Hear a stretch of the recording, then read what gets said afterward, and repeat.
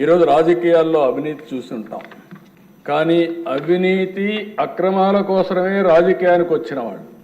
ఇది ఒక పెద్ద ప్లానింగ్ దిశ. 45 ఏళ్ళైంది మా పార్టీ. ఇంతవరకు మాకు పేపర్ లేదు, టీవీ లేదు.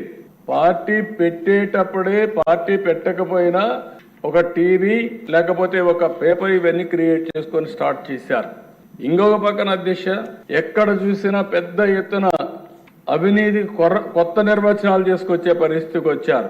ఇవన్నీ చేసి రాష్ట్రంలో మీరు చూస్తే రైతు బజార్లని, తహసీల్దార్ ఆఫీసుల్ని, కొన్ని హెల్త్ సెంటర్లని తాకట్టు పెట్టారు. ఇంకో పక్క మద్యం నిషేధిస్తామని చెప్పి 5 ఏళ్లలో చేసేస్తున్నామని చెప్పి మద్యం పైన వచ్చే ఆదాయాన్ని 25 సంవత్సరాలు తాకట్టు పెట్టి దాంట్లో డబ్బులు తీసుకొచ్చే పరిస్థితికి వచ్చారు. 25,000 కోట్లు తీసుకొచ్చే పరిస్థితికి వచ్చారు.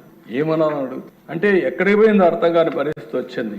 కేంద్రం ఇచ్చిన నిధులన్నీ దారి మళ్ళించారు. పేదలకు చెందవలసిన పథకాలు చాలా వరకు గండికొట్టే పరిస్థితికి వచ్చారు. ఈ రోజు మీరు చూస్తే దేశ ఇంత మునిపి మినిస్టర్ గారు చెప్పారు, ఆ డబ్బులు కానీ వచ్చుంటే మళ్ళీ మనకు కేంద్రం ఎప్పుడు కూడా డిఫరెంట్ స్కీమ్స్ కి డిఫరెంట్ పందాలు డబ్బులు ఇస్తారు.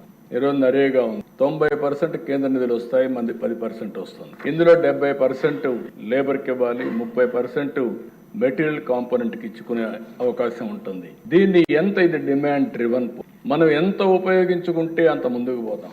ఈ కార్యక్రమాన్ని ఉపయోగించుకుని గత ప్రభుత్వంలో లోకేష్ గారు పంచాయతీరాజ్ మినిస్టర్గా ఉంటే 24,000 కిలోమీటర్లు సిమెంట్ రోడ్లు వేయగలిగారు. 5 సంవత్సరాలు ఏం చేశారు? ఎక్కడికి పోయినాయి ఈ డబ్బులు? ఏమైపోయినాయి ఈ డబ్బులు అడుగుతున్నాను సమాధానం చెప్పి. ఇప్పుడు అదే పవన్ కళ్యాణ్ గారు వచ్చిన తర్వాత 4,500 కోట్ల రూపాయలతో 30,000 పనులు సంక్రాంతికి పూర్తి చేస్తామని చెప్పే పరిస్థితికి వచ్చారంటే అది నాటికి నేటికి వ్యత్యాసం అని చెప్పి కూడా నేను మీకు తెలియజేస్తున్నా.